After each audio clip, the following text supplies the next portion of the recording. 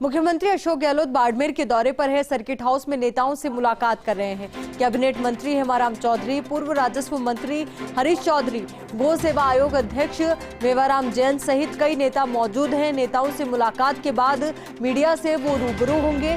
थोड़ी देर में उत्तरलाई से जयपुर के लिए निकलेंगे मुख्यमंत्री अशोक गहलोत।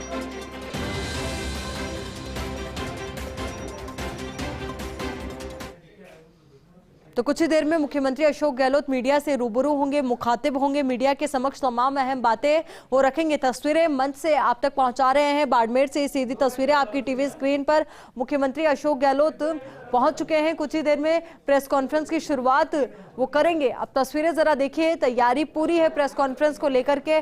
जन सुनवाई का भी उनका अहम कार्यक्रम है। जन सुनवाई भी वो करेंगे, लोगों की फरियादें सुनेंगे, समस्याएं सुनेंगे। और निश्चित तौर पर कल जिस तरीके से उन्होंने महंगाई को लेकर के केंद्र सरकार पर हमला बोला, आज जब वो प्रेस कॉन्फ्रेंस करेंगे तो उस दौरान भी महंगाई को लेकर वो केंद्र सरकार पर हमला बोलेंगे। महंगाई का मुद्दा आम जनता के बीच में रखेंगे और जो समसामयिक घटनाएं हैं उनको लेकर भी मीडिया के समक्ष अहम बातें वो रख सकते हैं, क्योंकि प्रेस कॉन्फ्रेंस उनकी ये जो कुछ ही देर में शुरू होगी, मीडिया के समक्ष तमाम अहम बातें रखी जाएगी।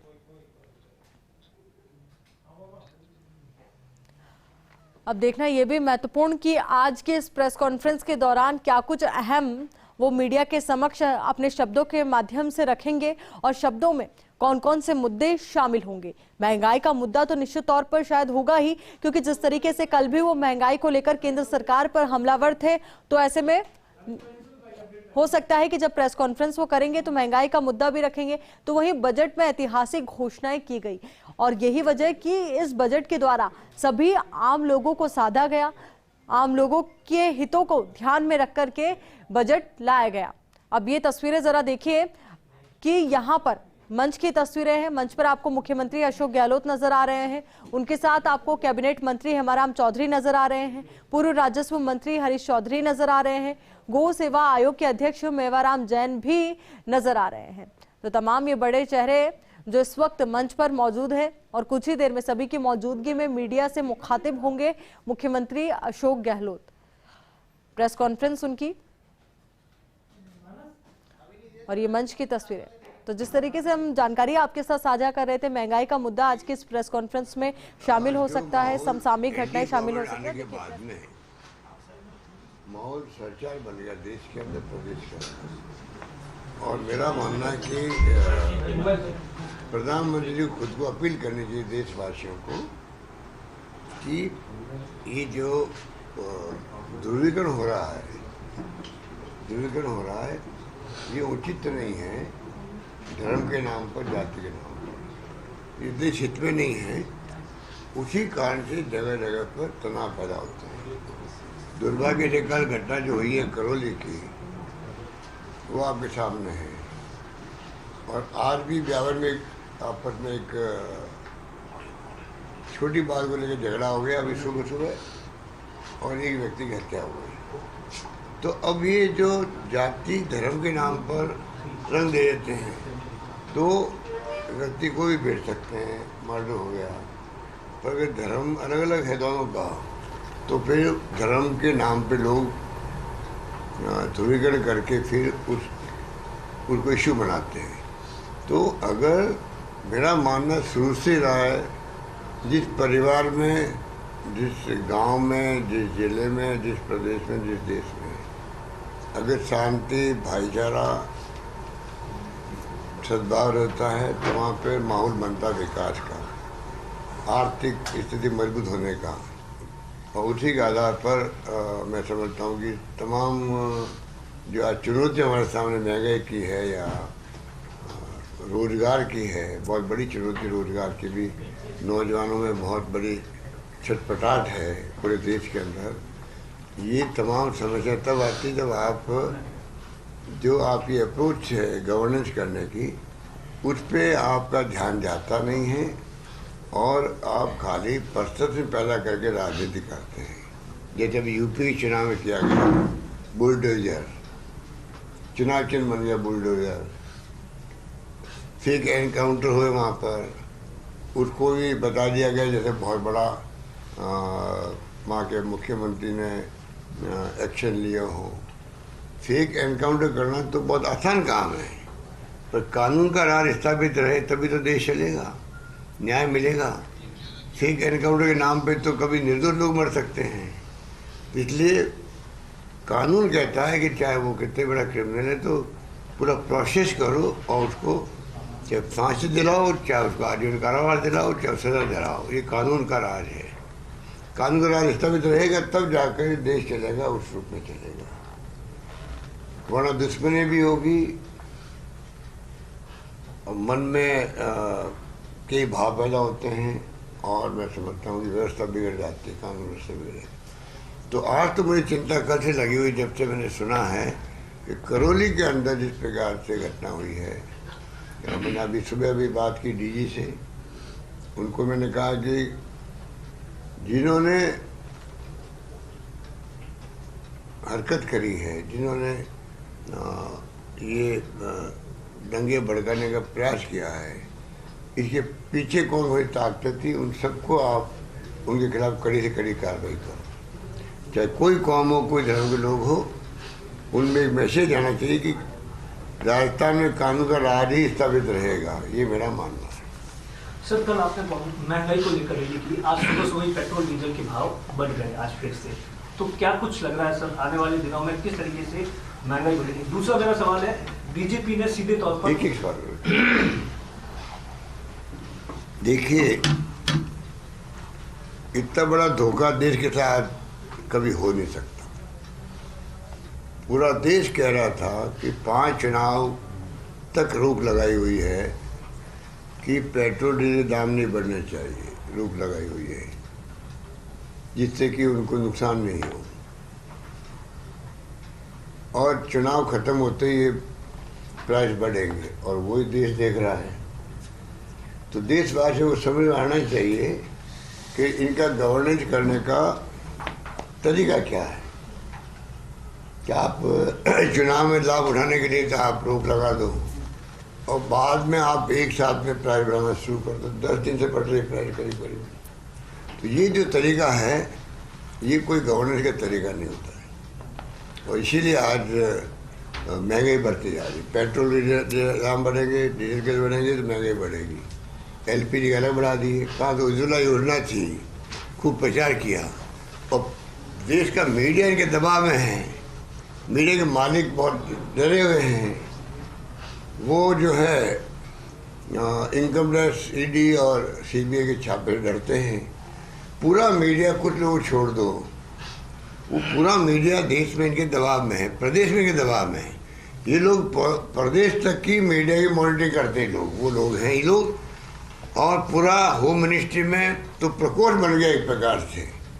वो पूरा मॉनिटरिंग कर रहा कौन मीडिया क्या कर रहा है, उसी ढंग से बिहेव करता है। अब भास्कर देखिए आप, वो निष्पक्ष चल रहा था तो 20 जगह उसकी जगह छापे पाड़ दे, पूरे देश के अंदर 20 जगह छापे डाले उसके बाद में रुख बदल गया उसका। तो अब वो एक तरफा उनके लिए चलने लग गया। पहले निष्पक्ष था और अब वो प्रो BJP चल रहा है। तो ये हालात जब रहेगी, डेमोक्रेसी कहाँ रहेगी, कहाँ डेमोक्रेसी रहेगी, कहाँ संविधान की रक्षा होगी? ये बहुत बड़े बड़े क्वेश्चन है जो मैं आपके सामने पुटअप कर रहा हूँ।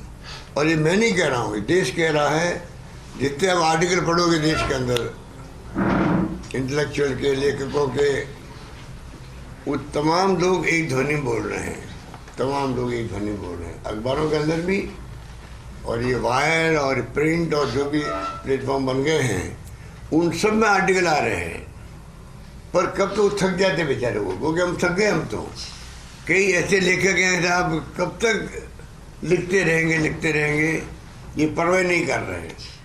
परवाह क्यों करेंगे? फासिस्ट लोग हैं, इनका कोई यकीन नहीं लोकतंत्र के अंदर, तो क्यों परवाह करेंगे लोग? अब जनता ने को बिठा दिया, काला धन लेके आएंगे, अच्छे दिन आएंगे। क्या क्या नहीं कहा। 1,76,000 करोड़ का घोटाला हो गया। वो घोटाला कहाँ गया? एक आदमी को जेल भेजा मोदी जी ने। 1,76,000 करोड़ घोटाला कहने वाला CAG, वो खुद ही माफ़ी मांगता फिर रहा है लिखित के अंदर संजय निरुपम से बम्बई के अंदर। ये तो उसकी स्थिति बन गई। CAG की पोस्ट बहुत बड़ी पोस्ट होती है।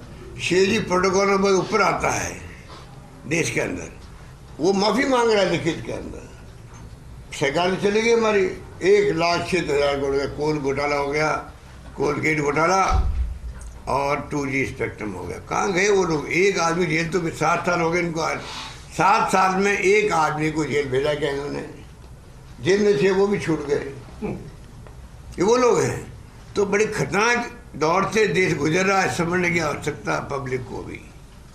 आज नहीं समझेंगे तो आज तो ठीक है काम चल जाएगा, कल बहुत बुरा आने वाला है, मेरा मानना है। सर, देश में जो कांग्रेस का हाल है उसके लिए आप किसे जिम्मेदार मानते हैं? जिस तरीके आपको मेरी बात सुनिए, चुनाव जीतने समझ गया नहीं, पंजाब को लेकर कितनी अच्छी याद करें, सरकार की योजनाएं थी, डिलीवर नहीं कर पाई और वहाँ आम आदमी पार्टी आ गई। राजस्थान में भी जिस तरीके से पंजाब में गुटबाजी थी, राजस्थान में भी आम आदमी पार्टी। तो क्या देखते हैं आम आदमी पार्टी का भविष्य? और जिस तरीके क्या कांग्रेस अपनी योजनाओं को जनता तक डिलीवर नहीं कर पाती या वोट पे कन्वर्ट नहीं कर पाती? देखिए, राजस्थान में तो जो बजट पेश किया गया उसकी लोग सब जगह वेलकम कर रहे हैं, चाहे मीडिया हो चाहे दूसरे लोग हों। मैं मीडिया वालों से कहना चाहूँगा कि गरीब तक योजना पहुँचने में आप लोग भी प्रचार प्रसार भी कर रहे हैं, जिससे कि गरीब को केवल जानकारी नहीं होती कि ऐसी योजना भी आई है। अब आपका ये 10 लाख का बीमा हो गया इलाज कराने का, कोई कम बात है क्या? हिंदुस्तान के इतिहास के अंदर आज तक इतना बड़ा निर्णय नहीं हुआ है। 10 लाख का बीमा, और अगर वो चिरंजीवी योजना का व्यक्ति, भगवान करे वो एक्सीडेंट नहीं हो, पर एक्सीडेंट हो गया, मर गया, तो इस चिरंजीवी योजना के साथ में उसका 5 लाख का बीमा वो भी है। अब जनता को मालूम नहीं है, मैं हाथ खड़े करवा दूँ कई जगह, मैं हाथ गिनता हूँ 5-10 हाथ खड़े होते हैं। और वो इतनी बड़ी योजना आपके लिए, पब्लिक के लिए, तभी आपको जानकारी नहीं है। ये बड़ी मीटिंग में बात कर रहा हूँ मैं आपको। तो हर व्यक्ति को चाहिए सरकारी योजना क्या है उसकी जानकारी रखे, उसका लाभ गरीब तक पहुँचवाए। वो काम तो सरकार अकेले नहीं कर सकती। हम विज्ञापन दे देंगे आप लोगों को, और क्या कर सकते हैं? हमारे कार्यकर्ता बन जाएंगे, वो लग गए काम करने में, पर मीडिया की जिम्मेदारी बनती है, उसको आपको निभाना चाहिए। और जहाँ तक कांग्रेस की बात है, आप लोगों को मैं कहना चाहूँगा, आप विश्वास नहीं करोगे शायद, क्योंकि डेमोक्रेसी में चुनाव जीतना हारने सब कुछ माना जाता है, वो नहीं है। आज कांग्रेस की चौकियाँ पूरे देश के हर गांव में, हर घर में मिलेगी आपको। आज भी सरकार नहीं बनी, छोड़िए। इंदिरा जी चुनाव हार गई थी, जिसने परमाणु विस्फोट कराया यहाँ पर पोखरण के अंदर, जिन्होंने पाकिस्तान के 2 टुकड़े कर दिए, बांग्लादेश बना दिया, इमरजेंसी के बाद में माहौल ऐसा बना तो पार्टी साफ हो गई पूरे उत्तर भारत में। एक नाथुराम मिर्जा जी जीते नागौर में, एक गायत्री संगम में से जीते मध्य प्रदेश के अंदर। ऐसी स्थिति बन जाती कई बार, उससे कांग्रेस थोड़ी खत्म हुई। जैसे ही वहाँ पर माहौल बना, पूरे उत्तर भारत हो या दक्षिण भारत हो, सब जगह आंधी चली और वापस सरकार बन गई। तो कांग्रेस कहाँ खत्म हुई? चुनाव हारने से कांग्रेस खत्म नहीं होती। आज हम मीटिंगें करते हैं, अभी हम जा रहा हूँ मीटिंग में जयपुर में। अगर आप मेरे कोई हो तो आप अपने मित्र को पूछना कैसी मीटिंग चल रही है वहाँ पर। परसों सेवादल वाला आए थे, रोज लोग मिलने आते हैं। आप देखेंगे कि कांग्रेस बहुत मजबूत पार्टी आज भी। राहुल गांधी जो बोलता है, एक इतना हिम्मत वाला व्यक्ति वो है। मोदी का मुकाबला कोई कर रहा है, जो हमारे प्रधानमंत्री महोदय हैं, तो राहुल गांधी कर अकेला। कौन सी लोग, आप एक नाम बता दीजिए किसी पार्टी का, किसी भी पार्टी का, जो 7 साल से लगातार मोदी जी के खिलाफ बोल रहे हो, एनडीए गवर्नमेंट के खिलाफ बोल रहे हो, कटघरे में खड़ा कर रहे हैं उनको। चाहे वो आपका ये कोरोना आया हो तो उन्होंने बहुत पहले चेता दिया कोरोना की स्थिति क्या बनने वाली है। सरकार को चाहिए वो अभी से ध्यान दे और कार्रवाई करे। वो तो विपक्ष तो खाली आपको आगाही कर सकता है, अगर उन्होंने किया वो बात सच निकली। जो राहुल गांधी जी ने पहले चेताया सरकार को, वही बातें सही निकल रही है। तो मोदी जी को तो समझना चाहिए कि एक विपक्ष का नेता बोल रहा है, मुझे उसको गंभीरता से लेना चाहिए और एक्ट करना चाहिए। मैं आज मुख्यमंत्री हूँ, आज कोई विपक्ष का आदमी बोलता है, कार्यकर्ता ही बोलता है, और मैं देखता हूँ, पढ़ता हूँ, मुझे लगता है इसमें दम है, तो मेरी नैतिक जिम्मेवारी है कि मैं पब्लिक इंटरेस्ट के अंदर उस बात को भी एग्जामिन करूं और उचित होते लागू कर रहा हूँ। पर आज क्या हो रहा है कि मोदी जी और उनके अमित शाह जी और ऐसा माहौल बन गया है जैसे कोई दुश्मन है कांग्रेस वाले। कांग्रेस मुक्त भारत की बातें करते हैं। कांग्रेस मुक्त कभी भारत से होने वाली नहीं। अगले 100 साल भी जो मुक्त करने की बात करते हैं वो खुद मुक्त हो जाएंगे, ये मैं आपको कह सकता हूँ। आपके हमारे देखते हो जाएंगे, क्योंकि उनका रास्ता सही रास्ता नहीं है। उनका रास्ता कथनी व करनी मंत्र वाला है। उनका रास्ता धर्म के नाम पे राजनीति करना बहुत आसान काम है। एक गांव में भी आप जातिवाद पैदा कर दे तो 2 ग्रुप बन जाते हैं। आप देखते ही हो इस देश के अंदर जातिवाद और धर्म के नाम पे लोग बहुत ज़्यादा जुड़े हुए हैं। आप ये राजनीति है क्या? डेमोक्रेसी में तो है आप धर्मनिरपेक्षता की बात करो। संविधान के अंदर मूल भावनाएं समाजवाद की है, लोकतंत्र की, उसको अपनाओ। उसके आधार पर आप चुनाव जीत के आओ, तब तो समझ में आता है। पर डेमोक्रेसी में जो ज़्यादा वोट लाता है, वोट पड़ने वालों में से, उससे हम जीतते हैं। अब मोदी जी 14 में जीते थे तो वोट तो 31% ही थे। तो इसका मतलब क्या हुआ? 69%, 31% में वो प्रधानमंत्री बन गए और 69% जो है उनके खिलाफ वोट थे ना वहाँ पे, तभी प्रधानमंत्री वही बने। क्योंकि जो हमारे सिस्टम है, तो जनता साथ कहाँ थी? पर क्योंकि चुनाव जीत गए वो, थोड़े और परसेंटेज बढ़ गए बाद में। तो कहने का मतलब है कि ये कोई हमारी व्यक्तिगत दुश्मनी नहीं है। वो उनकी फितरत है RSS की, बीजेपी की। वो व्यक्तिगत दुश्मन मानते हैं अपने विपक्ष को, बदले की भावना से काम करते हैं। जीतते देखते पड़ोस में कौन रहता कांग्रेस वाला, उसके भाई भतीजे की ट्रांसफर करवा दो, बात फेंक दो। ये उनकी फितरत है। हम जीतते हैं तो हम वो ऐसी बातें करते नहीं हैं। हम तो उनके काम भी बंद नहीं करते हैं। और रिफाइनरी बंद कर दी 5 साल। आज रिफाइनरी जो 40,000 के लगभग थी, पहले 37 की थी, फिर 40 की हुई, और वो 74,000 करोड़ की रिफाइनरी बन रही। क्या पब्लिक के दिमाग में बात आने चाहिए? और पब्लिक इतनी भोली भाली होती है, वो इनकी ध्यान देती नहीं है। 74,000 करोड़ की जगह तो बता दीजिए आप किसका पैसा है? वो पब्लिक का पैसा। चाहे वो केंद्र लगाएगा या राज्य लगाएगा, SPCA लगाएगा या हम लोग सजाए देंगे। 37,000 करोड़ की रिफाइनरी टाइम पे बनती तो मान लो 40 की होती, 45 की होती, बढ़ जाती, थोड़ी बहुत करोड़ बढ़ जाती। 74,000 करोड़ की रिफाइनरी बन रही है वो, बताइए आप। तो क्या ये बात समझने वाली बात नहीं है? पानी हमारा, बिजली हमारी, तेल हमारा, और 26 में भागीदारी क्यों? जुमला बोल बोल के कर दिया। और सुन रही है हिंदुस्तान में कई, मैंने कल कहा मीटिंग में आपके यहाँ, हिंदुस्तान में कहीं पे भी रिफाइनरियों में पार्टनरशिप राज्यों की नहीं होती है। ये तो क्योंकि स्पेशल मैंने दबाव दे दिया कि बढ़वाई रिफाइनरी, इसलिए यहाँ पर जो SBI कैप्स कहलाती है, SBI कैप्स, जो एक उनकी सब्सिडी कंपनी है स्टेट बैंक ऑफ इंडिया की, उसको काम सौंपा गया असेसमेंट का। उसने कहा तभी लगेगी जब राज्य सरकार भी हिस्सेदारी करेगी। तब हमें करनी पड़ी, मजबूरी से करनी पड़ी। पर इश्यू बनाने वसुंधरा जी ने, उसके कारण से पूरा रिफाइनरी 5 साल तक जानबूझ के बंद करवा दी।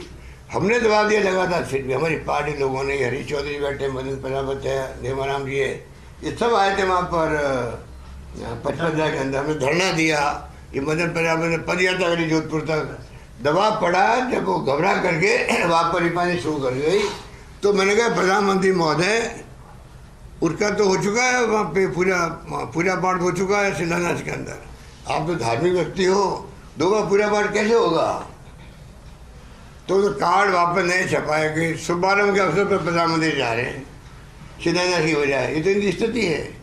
तो कहने का मतलब जो स्थिति बनी देश के अंदर, वो बहुत ही चिंताजनक स्थिति बनी हुई है।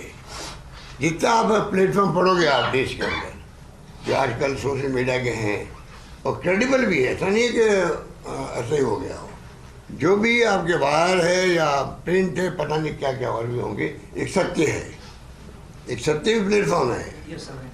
तो आप बताइए मुझे, इतने लेखक लिख रहे हैं, आर्टिकल लिख रहे हैं, कब तक लिखेंगे? वो थक जाएंगे। तो बहुत ही स्थिति नाजुक है।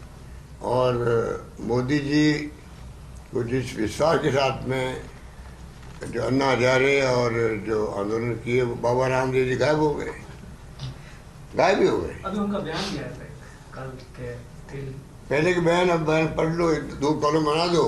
बाबा रामदेव पहले क्या कहते थे, अब क्या कहते हैं, मालूम पड़ जाएगा। अन्ना हजारे साहब बेचारे को गायब हो गए। उनको इन लोगों ने बैठाया था। आरएसएस बीजेपी ने षड्यंत्र करके कांग्रेस के खिलाफ में मनमोहन सिंह जैसा व्यक्ति जो विद्वान भी था, इकोनॉमिस्ट थे, उनके राज को बदनाम करने में इन्होंने षड्यंत्र किया, उसमें कामयाब हो गए और सरकार आ गई। इसलिए मैं आपको लास्ट में कहना चाहूँगा कि चुनाव जीतना हारना अलग बात है, पर विचारधारा की लड़ाई हमारी है। और वो राहुल गांधी जी भी कहते हैं कि हमारी लड़ाई कोई इनसे दुश्मनी नहीं है, हमारी विचारधारा हमारे साथ में, हम उस पर अटल रहेंगे, चलते रहेंगे, चलते रहेंगे, चलते जाएंगे। अंतिम विजय सत्य की होगी, सत्य हमारे साथ में है। सर आपको फीडबैक लिया सर, क्या क्या कह रहे हैं? रिफाइनरी को लेकर भी रात को आपने फीडबैक लिया अधिकारियों से, क्या स्थिति है और कब तक पूरी हो जाएगी? और जिस तरीके से हेमाराम जी ने अभी कहा कि स्थानीय लोगों को रोजगार नहीं मिल रहा है, काफी दिक्कत आ रही है, तो इन सब चीजों को लेकर भी आपकी ओर से कोई रोजगार तो पूरे हिंदुस्तान में लेकर बहुत, हमारे यहाँ तो 3 लाख लोगों का भी सुना आपने, 1 लाख तो लोग लग चुके हैं हमारे यहाँ, 1 लाख का प्रोसेस चल रहा है, और अभी बजट मैंने 1 लाख की और घोषणा कर दी है। अब हम लोग इसको, क्योंकि आजकल हाई कोर्ट चले जाते हैं, बार बार रुक जाता है, उसमें हम कोशिश करते हैं कि नियम कायदे और बदलें कैसे, जिससे कि ना लीक हो और ना नौबत आए डिले होने की, वो हमारा प्रयास है। बजट मैंने कहा कि बजट को हम लोग चाहेंगे कि धरातल पर उतारें। अभी कोई 200 से अधिक तो हमने फैसले कर लिए हैं, स्वीकृति जारी कर दी अभी से ही। तो ये जो इनका भ्रम बनाया हुआ है विपक्ष का, पैसा कहाँ से आएगा, धरातल पे कैसे आएगा, वो चिंता ही कटाया नहीं करना है हमारे जो नेता प्रतिपक्ष है। मैंने कहा उसके अंदर वो चिंता तो मुझे करने दो आप, तो मैं करूँगा कैसे इसको धरातल उतारे। बच्चे घूम रहे हमारे क्या अभी जो कोविड में लगे थे, कम्युनिटी हेल्थ असिस्टेंट वगैरह, इनको मैंने कहा है कि आपको चिंता करने की आवश्यकता नहीं, जिसने कोविड में साथ दिया उनको हम लोग प्रोसेस करके वापस लेंगे, जिससे कि बाद में इनका फ्यूचर सुनिश्चित हो, ये परमानेंट कभी हो सके। क्योंकि अगर इनका SC ST OBC सब MBC सबका अगर इनको क्राइटेरिया में नहीं लिया गया, तो ऐसे कई जो बैठे हैं जिनको हम चाहते हुए परमानेंट नहीं कर पा रहे हैं, और कुछ ऐसे लोग भी हैं ये प्रोसेस लिया हुआ है कॉन्ट्रैक्ट के अंदर, तो हमने कॉन्ट्रैक्ट के लिए अलग से बना दिया है, वो उनके लिए नियम कायदे बना दिए हैं, तो अब वो उनका आराम हो जाएगा। इनको भी हम चाहेंगे थोड़ा सब्र करें, पूरा हमारे ध्यान में है। और कोविड में जब हम सबको शुक्रिया अदा कर रहे हैं, पब्लिक को भी, NGO को, धर्मगुरुओं को, पॉलिटिकल कार्यकर्ताओं को, इनको काम वास्तव में काम किया है, इनको कौन हटाएगा। सर पश्चिमी राजस्थान में सर नशावृत्ति लगातार बढ़ रही है, युवाओं में हथियारों और नशे के प्रति जबरदस्त क्रेज है, और यहाँ पर आए दिन पुलिस भी कार्रवाई करती रहती है, लेकिन मूल जो नशे के तस्कर है या सप्लायर है उन तक पुलिस कभी पहुंच नहीं पाती। हर बार कई सालों से, कई दशकों से अवैध शराब जो है हरियाणा से यहाँ आती है, लेकिन यहाँ के स्थानीय लोगों को तो पकड़ लिया जाता है, लेकिन इसके जो मेन सप्लायर है वो आज दिन तक दूर है। इस वजह से बड़ा एक नेक्सस तैयार हो चुका है सर, इसको तोड़ने को लेकर सरकार कितनी गंभीर है? देखिए, ये नशा पता की बात बहुत ही चिंताजनक है। पंजाब तो इसका उदाहरण है। सबसे ज़्यादा अगर देश के अंदर का इशू बना हुआ तो पंजाब में बना हुआ है। घर घर में नशा पहुंच गया, युवाओं के अंदर भी और लोगों के अंदर भी। ये समाज के लिए भी चिंता का विषय होना चाहिए। हो क्या रहा है, ये सोशल मीडिया ऐसा आ गया है कि छोटे बच्चे भी जो है, अगर 5 बच्चे बैठे होंगे 5 बच्चे बैठे होंगे 4 घंटे 5 घंटे आपस में बात नहीं करेंगे, सब बैठे बैठे अपना वो देखेंगे। तो आप सोच सकते हो क्या स्थिति बनेगी। उस पर क्या देख रहे हैं, क्या समझ रहे हैं, क्या सोच रहे हैं, क्या ग्रहण कर रहे हैं, किसी को नहीं मालूम। इसलिए ये प्रवृत्तियाँ जो सोशल मीडिया आया है, ये क्रांति आई है, इसमें कोई दो राय नहीं, पर इसके कुछ नुकसान भी हो रहे हैं। उसको समाज को भी आगे आना पड़ेगा। NGO बनने चाहिए जगह जगह पर। NGO ना काम ही होना चाहिए NGO का, जैसे समाज सेवा करते हैं, ये भी समाज सेवा है कि आप नशा पता नहीं करने का अभियान भी चले, तो कुछ तो काम सरकार अकेली नहीं कर सकती है ना, जनता को भी आगाना पड़ेगा। ओके सर, नमस्कार। सर एक फोटो। मुख्यमंत्री अशोक गहलोत को आप सुन रहे थे, तमाम बातों को लेकर उन्होंने केंद्र सरकार पर हमला बोला और साथ ही उन्होंने ये भी कहा कि प्रधानमंत्री नरेंद्र मोदी का अगर कोई मुकाबला कर सकता है तो वो एक चेहरा, वो नाम राहुल गांधी है, जो बहुत ही मजबूती के साथ उनका मुकाबला कर सकते हैं। कई अहम बातें भी उन्होंने मीडिया के समक्ष रखी। महंगाई को लेकर केंद्र सरकार पर उन्होंने हमला बोला और साथ ही उन्होंने ये भी कहा कि लगातार महंगाई बढ़ती जा रही है, जिससे आमजन पर इसका सीधा असर पड़ रहा है। कई और मुद्दे थे जिनको लेकर भी उनसे सवाल पूछा गया, उन पर भी उन्होंने चिंता जाहिर की और साथ ही अपना पक्ष उन तमाम मुद्दों पर उन्होंने रखा। आप तस्वीरें जरा देखिए, मंच की तस्वीरें हैं, उस दौरान की तस्वीरें हैं जब उनके साथ हरीश चौधरी मंच पर मौजूद थे, साथ ही मेवाराम जैन मौजूद थे और भी कई गणमान्य मौजूद थे। हेमाराम चौधरी भी इस प्रेस कॉन्फ्रेंस के दौरान मुख्यमंत्री के साथ नजर आए। अब ये देखिए कि मुख्यमंत्री ने मीडिया के तमाम सवालों का जवाब भी दिया और अपनी बात भी उन्होंने मीडिया के समक्ष रखी है। कई मुद्दे थे, महत्वपूर्ण मुद्दे, जिन पर उन्होंने मीडिया के समक्ष अपनी बात रखी और मीडिया के समक्ष अपना पक्ष भी रखा। समसामयिक घटनाओं को लेकर भी उन्होंने बात रखी।